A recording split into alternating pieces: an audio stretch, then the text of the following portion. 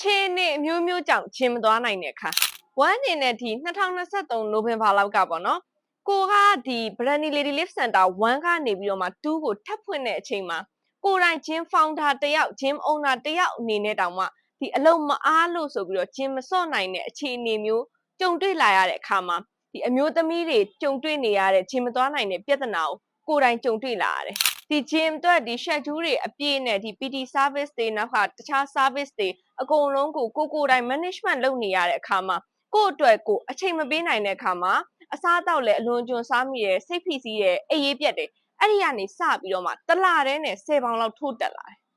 အဲ့ဒီအချိန်မှာဝမ်းအနေနဲ့ကိုထားပြန်ပြီးတော့ခယူးဆိုင်ရမယ်ဆိုတာကိုသတိပြုမိလာတဲ့အချိန်မှာအိမ်မှာပဲကိုယ့်ရဲ့ခန္ဓာကိုယ် body weight ကိုအသုံးပြုပြီးတော့ကရိယာလိုလေ့ကျင့်ခန်းတွေကိုစပြီးတော့လုပ်ဖြစ်လာတယ်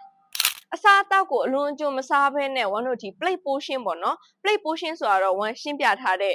ဒီစာလေးပုံလေးရရှိရပေါ့နော်အဲ့ဒီမှာသွားပြီးတော့ကြည့်လို့ရပါတယ်အဲ့ဒီ plate portion ရယ်စားတယ်ပြီးတော့နောက်တစ်ခုကဝမ်းဒီအိတ်ချိန်ကိုတစ်ရက်ကို9နာရီပေါ့နော်ဝမ်းနေနဲ့အဲ့ဒီချိန်တော့ဒီ10နာရီပြည့်အောင်အိတ်ဖို့အဆင်မပြေတော့တစ်ရက်ကို9နာရီမပြည့်အောင်ကြိုးစားပြီးတော့အိတ်တယ်စိတ်ဖိစီးမှုနည်းဖို့အတွက်ကိုဝါသနာပါတဲ့အပင်စိုက်တာတို့ TV ကြည့်တာတို့စတာလေးလုပ်ပေးဖြစ်တယ်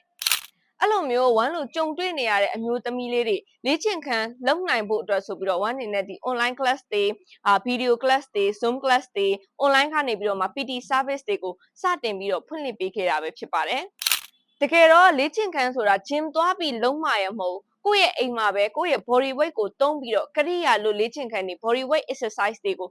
ထိမိလုပ်လို့ရပါတယ်အမျိုးသမီးတစ်ယောက်အနေနဲ့ကိုယ့်အိမ်မှာဒါ body weight ကိုသုံးပြီးတော့လေ့ကျင့်ခန်းလုပ်မယ်ဆိုရင်ကျန်းမာလှပဖို့အတွက်အဆင်ပြေပါတယ်ကျေးဇူးတင်ပါတယ်ဝမ်းကတော့အမျိုးသမီးပေါင်းမြောင်များစွာကို body transformation လုပ်ပေးနေတဲ့ Brandny Lady Lift Center ရဲ့ founder မတ်ရွှေစင်နေနဲ့ပဲဖြစ်ပါတယ်